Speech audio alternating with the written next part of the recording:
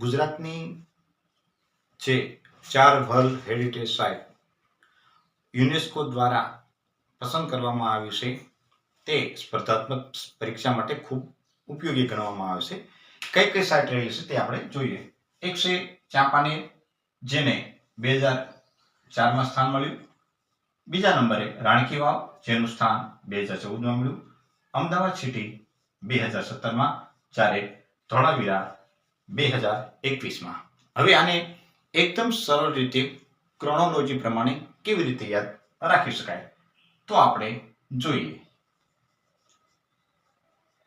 ચાલ, રાણી, અમદાવાદ, ધોવા.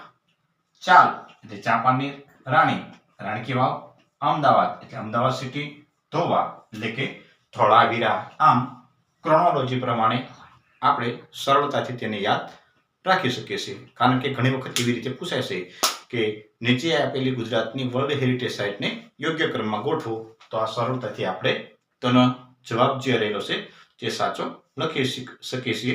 Thank you so much.